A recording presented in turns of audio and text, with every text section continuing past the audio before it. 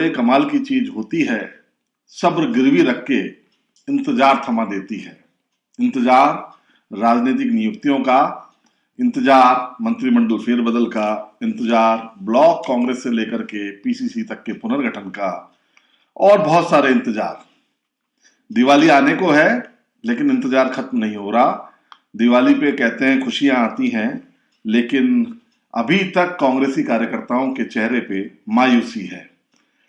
लेकिन बहुत जल्द ही सबसे पहले राजनीतिक नियुक्तियां होने जा रही हैं। जिस तरीके के सूत्र हमें बता रहे हैं उस तरीके से बात अगर हम करते हैं तो राजनीतिक नियुक्तियों का पिटारा सबसे पहले खुलेगा, उसके बाद में मंत्रिमंडल फेरबदल होगा, उसके बाद में डीसीसी और ब्लॉक कांग्रेस अध्यक्ष होंगे। तो इस तरीके से एक लिस्ट हमारे पास में आ गई है जिनको राजनीतिक नियुक्तियां मिलनी है। संभवतया सूत्र बता रहे हैं कि किस तरीके से राजनीतिक नियुक्तियां मिलनी है और किन किन लोगों को राजस्थान में राजनीतिक नियुक्तियां मिलनी है।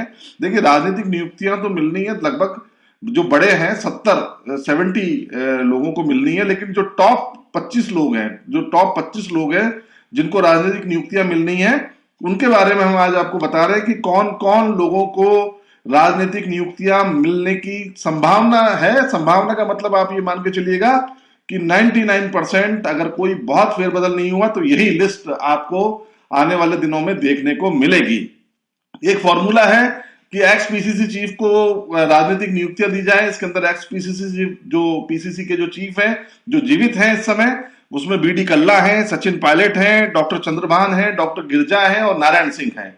इसमें डॉक्टर बीडी कल्ला जो है वो ऑलरेडी मिनिस्टर हैं। सचिन पायलट के तो बारे में आप अशोक गहलोत कोई फैसला ले ही नहीं सकते, क्योंकि आलाकमान ही उनके ऊपर फैसला लेगा। डॉक्टर चंद्रभान, जी हाँ, डॉक्टर चंद्रभान को इस बार राजनीतिक नियुक्ति मिलेगी, ये तय है। डॉक्टर गिरजा व्यास को भी राजनीतिक नियुक्तियां मिलना तय है। डॉक्टर चंद्रभान को किसान आयोग का अध्यक्ष बनाया जा सकता है, डॉक्टर गिरजा व्यास को महिला आयोग का अध्यक्ष बनाया जा सकता है, ऐसी संभावनाएं हैं। नारायण सिंह एक हैं, प्रदेश अध्यक्ष रह चुके हैं कांग्रेस के, लेकिन वो बीमार हैं, तो शायद उनका बेटे जो है वो एमएलए हैं, लेकिन नारायण सिंह को बीमारी के चलते शायद कोई नियुक्ति ना मिले, इस बात के संकेत हैं। इसके बाद में एक नाम आ रहा है मुमताज मसीह, जो कि सीधे सोनिया गांधी की तरफ से जो नाम आता है। मुमताज मसीह संगठन के अंदर काम करते हैं और संगठन को ये देखते हैं, हमेशा से देखते रहे हैं, वर्षों से ये देखते रहे हैं। राजीव गांधी के टाइम पर ये सेवा दल के अध्यक्ष हुआ करते थे मुमताज मसीह, तो उनको भी राजनीतिक नियुक्ति दी जानी है, क्योंकि एकमात्र अगर कोई ईसाई चेहरा है कांग्रेस के अंदर तो वो केवल मुमताज मसीह हैं। तो इनको सीधे सोनिया गांधी की तरफ से जो नाम आ रहा है उसमें मुमताज मसीह का नाम है। इसके अलावा अश्क अली टाक, जो कि सांसद भी रह चुके हैं राज्यसभा के, उनको राजनीतिक नियुक्ति मिलने की संभावना है। एक नाम आ रहा है पुखराज पाराशर अभी राजस्थान के मुख्यमंत्री के ओएसडी हैं। पुखराज पाराशर के बारे में कहा जाता है कि मुख्यमंत्री अशोक गहलोत के मित्र भी हैं, तो उनको भी इस बार अशोक गहलोत जो है स्टेट मिनिस्टर या कैबिनेट मिनिस्टर का दर्जा देकर के उपकृत करेंगे। अब एक नाम है, कोटा से आता है, पंकज मेहता जो है बहुत ही इंपॉर्टेंट व्यक्ति है कोटा की राजनीति में। कांग्रेस के लिए बहुत संघर्ष किया है उन्होंने, चुनाव हार गए थे, लेकिन पंकज मेहता के जो कांग्रेस के प्रति समर्पण है उसको देखते हुए पंकज मेहता को भी इस बार राजनीतिक नियुक्ति मिलने की पूरी संभावना है। पंकज मेहता वो है, आप समझिएगा कि पंकज मेहता जो है एक तरीके से शांति धारीवाल ने पंकज मेहता को, मतलब कांग्रेस के जो बड़े नेता है, शांति धारीवाल हो चाहे कोई भी, उन्होंने पंकज मेहता को आगे बढ़ने नहीं दिया, लेकिन पंकज मेहता सीधे मुख्यमंत्री के संपर्क में है और पंकज मेहता के काम के कारण इनको इस बार नियुक्ति मिलेगी। आरसी चौधरी, उनको भी इस बार नियुक्ति मिलने की पूरी संभावना है, उनका नाम भी लिस्ट के अंदर है। अब एक नाम आ रहा है अमित पूनिया का। देखिए, यूथ कांग्रेस से है, बाकी ये नाम जो है राहुल गांधी की तरफ से, कैंप की तरफ से आया है अमित पूनिया का। तो अमित पूनिया को जो है वो भी उनको भी राजनीतिक नियुक्ति मिलने की संभावना है। अभी वो जो है राजीव गांधी का एक वो पंचायती राज को लेकर के एक उन्होंने मूवमेंट चला रखा है, उसको अमित पूनिया देख रहे हैं। इसके अलावा एक नाम आ रहा है डूंगरपुर से दिनेश खोडनिया को भी इस बार जो है उदयपुर संभाग से आते हैं, उनको पॉलिटिकल नियुक्ति, उनको भी राजनीतिक नियुक्ति मिलने की संभावना है। मतलब ये वो वाले नाम मैं आपको बता रहा हूं जिनको मंत्री पद का दर्जा मिलेगा या राज्य मंत्री का दर्जा मिलेगा, कैबिनेट मंत्री का दर्जा मिलेगा, ये उस तरीके के नाम मैं आपको बता रहा हूं, क्योंकि ये लिस्ट तो बहुत लंबी है, 70 लोगों की लिस्ट है, लेकिन मैं आपको टॉप 25 नाम बता रहा हूं आज। तो ये वाला जो है दिनेश खोडनिया को भी मिलने की बिल्कुल संभावना है, ये लिस्ट के अंदर नाम शामिल है। इसके अलावा भवरू खान, एक्स एमएलए हैं भवरू खान, उनका नाम भी कांग्रेस की इस लिस्ट में शामिल है कि उनको भी राजनीतिक नियुक्तियां देकर के उपकृत किया जाए। एक शेड्यूल्ड ट्राइब से नाम आ रहा है भवी मीणा को भी जो है इस बार राजनीतिक नियुक्ति मिलने की संभावना है। भवी मीणा शेड्यूल्ड ट्राइब का चेहरा है और मीणा मंत्री भी लिए हुए हैं, लेकिन एक जो है भवी मीणा को इस बार देने की संभावना है। एक पीसीसी के सेक्रेटरी हैं विक्रम वाल्मीकि, जो पायलट कैंप से आते हैं, पायलट के नजदीकी हैं, उनका भी नाम इस लिस्ट के अंदर है, विक्रम वाल्मीकि का, कि उनको भी जो है कहीं ना कहीं कोई एडजस्टमेंट मिले, राजनीतिक नियुक्तियां मिले। इसके अलावा एक नाम और आ रहा है पाली से शिशुपाल राजपुरोहित। शिशुपाल राजपुरोहित का नाम पाली से आ रहा है क्योंकि असल में ये सीएम के तो नजदीक है ही हैं, इसके अलावा दिल्ली के अंदर भी आला नेताओं के साथ में इनकी पकड़ है, तो दिल्ली से भी इनका नाम रेफर हुआ है और सीएम की लिस्ट में ये थे ही, तो शायद इनको शिशुपाल राजपुरोहित को भी नियुक्ति मिलने की पूरी संभावना है। अब एक आ रहा है पीसीसी के सेक्रेटरी है, एआईसीसी के मेंबर हैं श्रवण पटेल को भी जो है राजनीतिक नियुक्ति मिलने की संभावना है।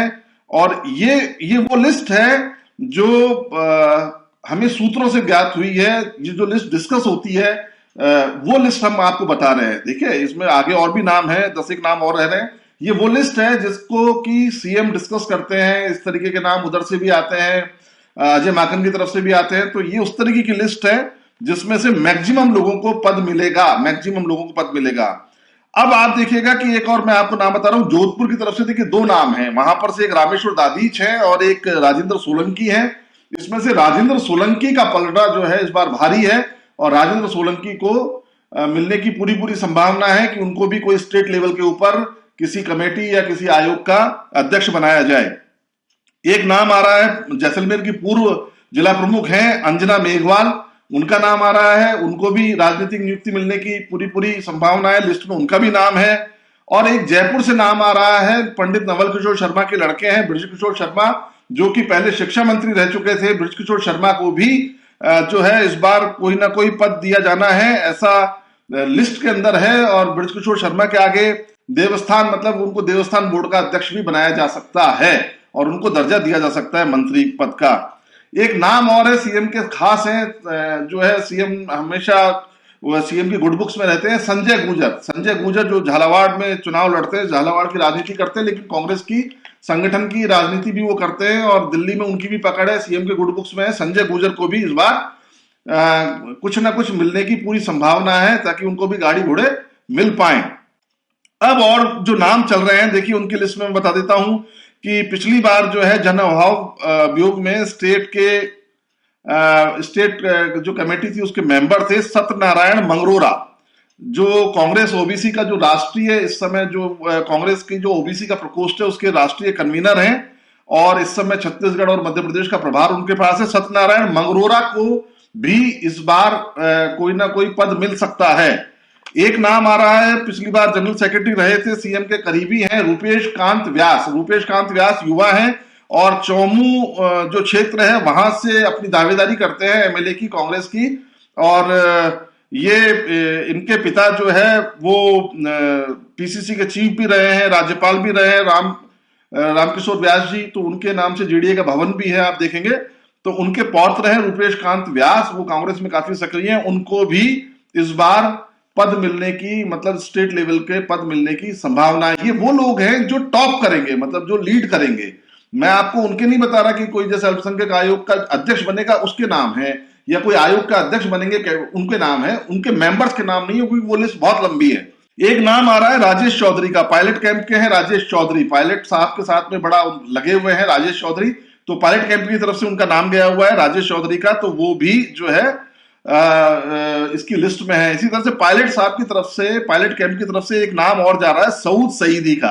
अगर ये टोंक से आते हैं सऊद सईदी, और इस समय इनके अगर पायलट टोंक से चुनाव नहीं लड़ते तो नंबर 1 पर सऊद सईदी का नाम चल रहा था, उनको टिकट मिलता, लेकिन पायलट चूंकि वहां से लड़े तो सऊद सईदी बैक हो गए और उन्होंने पायलट साहब का साथ दिया, तो इस कारण से पायलट के गुड बुक्स में है सऊद सईदी, उनका नाम है। एक महेश शर्मा और हैं जो संगठन के सचिव रहे थे पायलट साहब के टाइम पर। तो अशोक गहलोत जी के कैंप से ज्यादा नियुक्तियां हैं, पायलट साहब के कैंप से थोड़ी कम नियुक्तियां हैं, इस तरीके की स्थितियां चल रही हैं। महेश शर्मा को भी पद मिल सकता है, संभावना है, लेकिन महेश शर्मा का जो है थोड़ा सा डावाडोल सी स्थिति है, लेकिन फिर भी पायलट कैंप जो है पुरजोर कोशिश कर रहा है कि महेश शर्मा को कोई ना कोई पद मिले।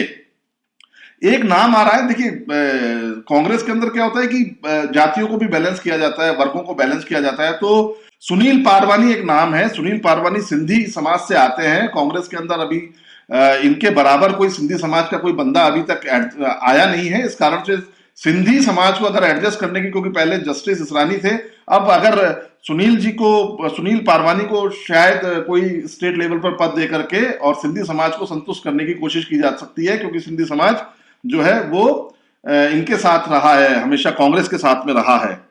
एक नाम और है जो लास्ट नाम मैं आपको बता रहा हूं, 25 की लिस्ट हो गई है, रेहाना रियाज, चूरू से आती है, प्रदेश कांग्रेस महिला की अध्यक्ष रही है, पीसीसी की महिला अध्यक्ष है। तो रेहाना रियाज को भी इस बार कोई अच्छा पद दे करके और ये किया जा सकता है। अब आपको मैं बता देता हूं कि टॉप 25 लोग हैं जिनका नाम लिस्ट में चल रहा है, जो दिल्ली से लेकर के जयपुर तक डिस्कस हो रही है लिस्ट, उनका नाम इसमें चल रहा है। और अमूमन जो बात आ रही है वो ये आ रही है कि 6 से 10 यानी 6 तारीख से 10 तारीख के बीच के अंदर, 10 तारीख से पहले राजनीतिक नियुक्तियां हो जाएंगी, ये बात सामने आई है। इसके अलावा 10 तारीख से 20 तारीख यानी 20 तारीख से पहले जो है कोशिश की जा रही है कि कहीं ना कहीं डीसीसीज के जिलाध्यक्ष घोषित कर दिए जाए, मतलब ब्लॉक कांग्रेस के नहीं, जिलाध्यक्ष केवल घोषित कर दिए जाए। ये ऐसी चीजें आ रही हैं और मंत्रिमंडल विस्तार भी इस समय के आसपास ही करने की संभावना है, क्योंकि सरकार 3 साल पूरे कर रही है और 3 साल के जश्न को वो बहुत अच्छे तरीके से मनाना चाहती है, और वो अच्छे तरीके से तभी मन सकता है 3 साल का जश्न जब तक कि ग्रास रूट तक कांग्रेस सक्रिय हो जाए।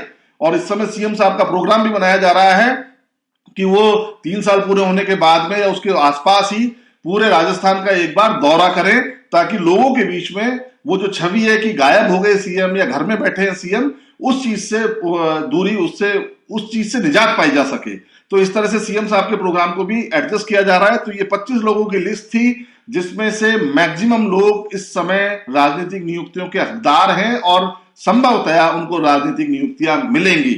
मंत्रालय में आगे हम आपको बताएंगे कि किन किन लोगों को मंत्रिमंडल से हटाया जाएगा और किन किन लोगों को मंत्रिमंडल में लिया जाएगा, क्योंकि वो लिस्ट भी मतलब अप्रोक्सीमेट फाइनल सी हो गई है। सिर्फ सोनिया गांधी के साथ में मीटिंग होनी है अशोक गहलोत साहब की, इसके अलावा प्रियंका गांधी, राहुल गांधी से इन लिस्टों के ऊपर चर्चा हो चुकी है। मंत्रालय में आज इतना ही, कल फिर मुलाकात करेंगे नए मुद्दे के साथ, तब तक के लिए दीजिए इजाजत, नमस्कार।